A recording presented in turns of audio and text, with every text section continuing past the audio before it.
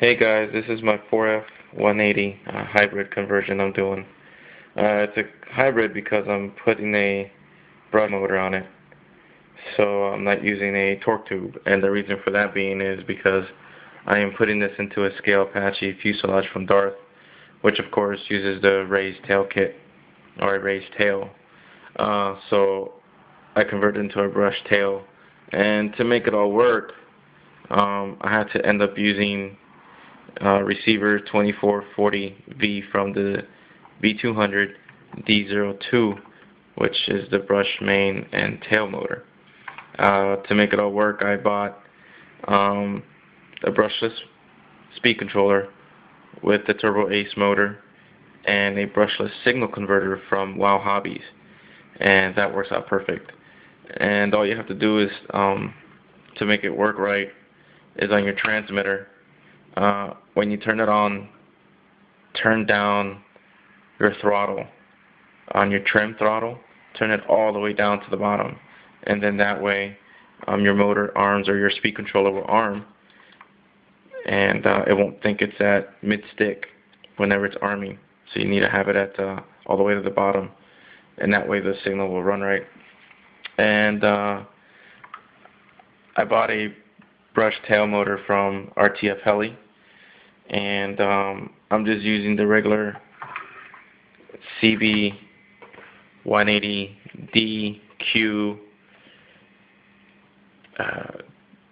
tri tail blades for the back. I did make my own quad tail blade, cascading quad tail blade, but I was getting too much shaking in the back, so I believe it's because since these blades are so close to each other, it only gives you about a distance of about, I would say, 2 inches, if that. So you're probably getting too much downforce interference with the tail. So every once in a while, it just kind of shakes a little bit. So we'll see how it all handles once I actually end up putting it up here and away from the tail blades, or from the main blades. And that's pretty much it. It's bone stock, as far as the servos go. And what I did here is I put a T-Rex 250 canopy mount, and that makes it kind of look more like an Apache head with the with that on top instead of the longbow that has the radar on top. This is, like, I guess, the D version, which doesn't have it. And then the only other upgrade I did to it was the shaft retaining collar. I put it from a Blade SR, and that works out pretty good. The only reason why I went with this receiver is because when I tried it with the regular 4F180, I couldn't get it to work on this side, because I couldn't get it to work on this side of the helicopter because of the fact that the gyro is reversed on the 4F180, so the servo sits facing that way instead of facing this way. So I couldn't reverse it, of course. I tried putting the tail on the other side, but it wouldn't hold even by flipping the pitch on the tail blade. So instead of having to pitch this way, I would flip it over so that way the pitch would be reversed, and still I couldn't get it to hold for anything. So easiest thing to do was just get this one that has the built-in speed controller for the tail. And I was using a speed controller from a Blade SR, which had the brushless main and a brush tail, so the 2-in-1, but I couldn't get it to work. I tried it with the 180Z receiver, which is also another 3-axis gyro, but couldn't get it to work either. So this was the best option, and it works out fine. So, I mean, you're not doing crazy tricks or trying to do big spins with this helicopter.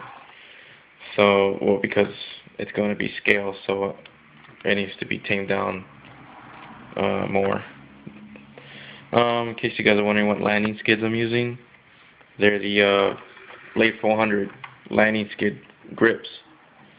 They fit perfect, right in line with the bolt pattern. Fits perfect.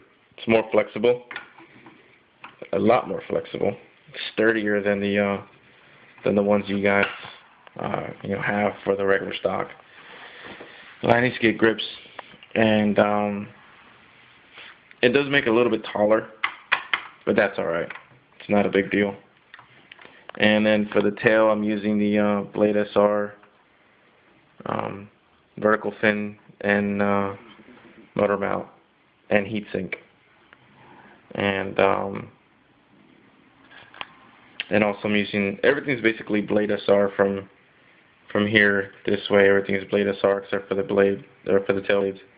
And to make them work, because there was a little gap, there would be like a little gap right here, and I couldn't cinch it down. So what I did is I just put a little spacer washer there, and that actually made it right. All you got to do is drill out the hole on this blade, on the tail blade in the back, because of course this goes on the tongue and groove on the regular, B200, D02, and the Q. It goes on a tongue and groove. So just drill it out, and it makes the perfect hole. Just make sure you don't off-center it. And that's really about it. She flies really smooth. So thanks for watching, guys. If you have any comments or anything, let me know what you guys think. Again, I did this just because of the fact that I'm putting into a scale fuselage. So, alright, thanks, guys.